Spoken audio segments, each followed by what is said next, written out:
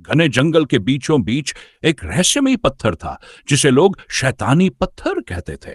यह पत्थर सैकड़ों साल पुराना था और इसके बारे में कहा जाता था कि इसे छूते ही अजीब घटनाएं शुरू हो जाती थी।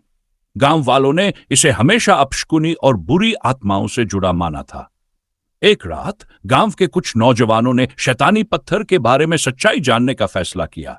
वे 4 दोस्त थे, रामू, अमर, श्याम और रामजान। उन्हें गांव के बुजुर्गों की बातों पर यकीन नहीं था।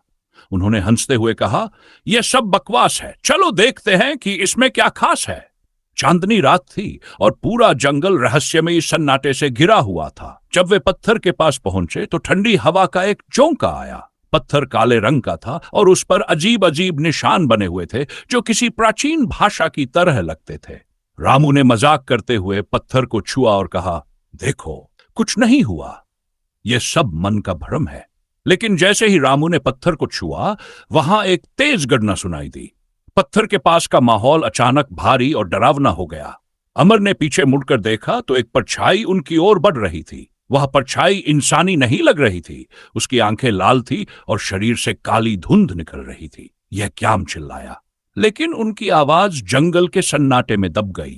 रामजान ने तुरंत कहा, हमें यहां से भागना चाहिए। वे चारों उल्टे पांव गांव की ओर भागने लगे, लेकिन उन्हें ऐसा महसूस हुआ जैसे कोई उनके पीछे पीछे दौड़ रहा हो। गांव पहुंचने के बाद रामू अचानक गिर पड़ा और जोर जोर से चिल्लाने लगा, मुझे छोड़ दो, मुझे जाने दो। उसकी आंखें सफेद हो चुकी थीं और शरीर अकड़ने लगा था। रामजान ने बुजुर्गों को बुलाया। उन्होंने बताया, शैतानी पत्थर से छेड़छाड़ कर बहुत बड़ा पाप है। उसे शाप दिया गया है और जो भी उसे छूता है वह बुरी आत्माओं का शिकार बन जाता है।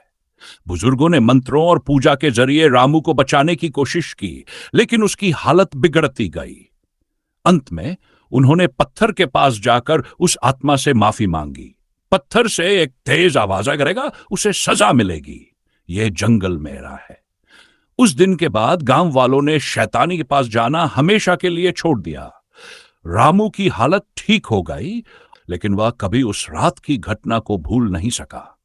शैतानी पत्थर अब भी जंगल में है और लोग आज भी उसके आसपास जाने की हिम्मत नहीं कर कहते हैं, जो भी उसकी शांति भंग करता है वह कभी चैन से नहीं रहता। गांव के लोग अब पत्थर से दूर रहते थे, लेकिन रामू, अमर, श्याम और रमजान की जिंदगी सामान्य नहीं रही। पत्थर को छूने के बाद उन चारों को अजीब अजीब सपने आने लगे। सपनों में वे खुद को अंधेरे जंगल में खोया हुआ पाते और एक डरावनी परछाई उनके पीछे पीछे चलती। रामजान ने महसूस किया कि सपनों में दिखने वाली परछाई उनके असली जीवन पर भी असर डाल रही थी। रात के समय वह अपने कमरे में अजीब सी सरसराहट सुनता। कई बार उसे महसूस होता जैसे कोई उसके पीछे खड़ा है। पुरानी किताब का राज। एक दिन रामजान ने गांव के एक बुजुर्ग बाबा नाथू से बात की। बाबा नाथू ने बताया, इस पत्थर का राज गांव की पुरानी किताबों में छुपा है। उस पर शैतानी कब्जा तब हुआ जब एक तांत्रिक ने अधूरी साधना के लिए इसे शाप दिया। वह पत्थर तब से बुरी आत्माओं का घर बन गया। रामजान ने सुझाव दिया कि चारों दोस्तों को इस समस्या का हल खोजने के लिए कुछ करना होगा।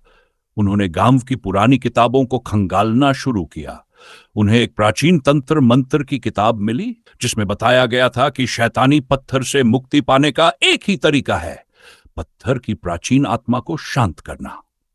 जंगल की ओर वापसी। चारों ने हिम्मत जुटाई और उस रात फिर से जंगल की ओर निकल पड़े।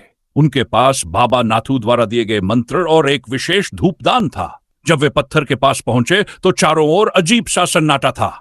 ऐसा लगा जैसे जंगल उन्हें घूर रहा हो। रामू ने धूपदान जलाया और बाबा नाथू का दिया मंत्र पढ़ने लगा। जैसे ही मंत्र की आवाज गूंजी, पत्थर से काली धुंध निकलने लगी।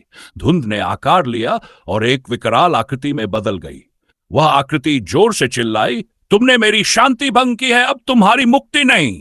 रामजान ने हिम्मत दिखाते हुए कहा, हमने गलती की है, हमें माफ कर दो। हम यहां तुम्हारी आत्मा को मुक्त करने आए हैं। अंतिम संघर्ष। आकृति और भी क्रोधित हो गई। वह चारों की ओर बढ़ने लगी। अचानक धूपदान की आग और मंत्र के प्रभाव से धुंध कमजोर होने लगी। रामू और रामजान ने अपनी आवाजें तेज कर लीं। जैसे ही मंत्र समाप्त हुआ, एक तेज रोशनी जल में फैल गई। आकृति चिल्लाते हुए गायब हो गई और पत्थर धीरे धीरे चटकने लगा। कुछ ही क्षणों में पत्थर कई टुकड़ों में बिखर गया। जंगल में हवा शांत हो गई, जंगल की शांति लौट आई। उस रात के बाद रामू अमर श्यान को कभी बुरे सपने नहीं आए। गांव वाले उस जंगल से डरते जरूर थे, लेकिन अब वहां किसी भी घटना की खबर नहीं आई। शैतानी पत्थर की कहानी धीरे धीरे भुला दी गई, लेकिन चारों दोस्तों के लिए यह एक ऐसा अनुभव बन गया जिसे वे कभी भूल नहीं सकते थे। हालांकि शैतानी पत्थर अब बिखर चुका था, लेकिन रामजान और उसके दोस्तों की जिंदगी फिर से सामान्य नहीं हो पाई। उस रात के बाद वे हमेशा डर और चिंता में डूबे रहते थे। पत्थर का नष्ट होना तो हुआ, लेकिन किसी भी खौफनाक अनुभव का पीछा नहीं छोड़ पाया था। एक दिन रामजान को महसूस हुआ कि वह अब अकेले नहीं है। उसे हमेशा लगता कि कोई उसकी परछाई के रूप में उसके साथ चल रहा है। जब भी वह रात को अकेला बाहर जाता, उसे अपने आसपास कोई हलचल महसूस होती।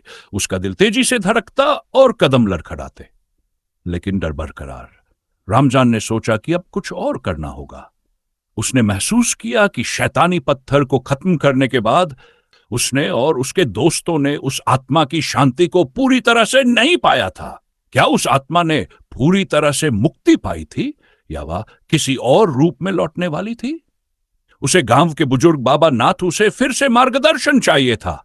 रामजान उनसे मिलने पहुंचा। बाबा नाथू ने उसे बताया, तुमने पत्थर को नष्ट तो किया, लेकिन अगर तुम उस आत्मा को पूरी तरह से शांत नहीं करते तो वह कभी ना कभी अपनी वापसी कर सकती है। शैतानी शक्तियां एक बार अपना घर बना ले तो उन्हें हमेशा खतरा महसूस होता है। नई चुनौती। बाबा नाथू ने रामजान को एक किताब दी जिसमें तंत्र मंत्र के गहरे रहस्य थे। एक विशेष पूजा थी जो उस आत्मा की अंतिम मुक्ति के लिए करनी थी। यह पूजा केवल रात के तीसरे पहर में ही होती थी, जब अंधेरा अपनी पूरी शक्ति में होता है। रामजान ने फिर से अपने दोस्तों को बुलाया और उन्हें सब कुछ बताया। वे जानते थे कि यह आखिरी मौका था, और अगर अब चूक गए तो बुरी शक्तियां फिर से अपना वजूद बना सकती थीं। रात का संघर्ष। पूरी तैयारी के साथ चारों दोस्तों ने उस रात जंगल की ओर रुख किया। बाबा नाथू द्वारा दिए गए निर्देशों के अनुसार उन्हें पत्थर के बिखरे हुए टुकड़ों को एक स्थान पर एकत्रित करना था और उस स्थान पर विशेष मंत्रों का जाप करना था। जैसे ही वे उस स्थान पर पहुंचे, घना अंधेरा था और सर्द हवा का झोंका महसूस हो रहा था। श्याम ने घबराहट में कहा, मुझे लगता है हम गलत जगह पर आ गए हैं। लेकिन रामजान ने उसे शांत किया और पूजा शुरू की। मंत्रों का जाप जैसे ही शुरू हुआ, अंधेरे में तेज आवाजें सुनाई देने लगीं। आसमान में काले बादल घेरने लगे और वातावरण में एक ठंडक छा गई। अचानक चारों के सामने एक घने धुएं में काली आकृति प्रकट हुई। वह वही विकराल आत्मा थी जो शैतानी पत्थर से जुड़ी थी। आत्मा गुस्से में थी और उसने रामजान से कहा, तुमने मेरी शक्ति को चुनौती दी है, अब तुम सभी को भुगतना पड़ेगा।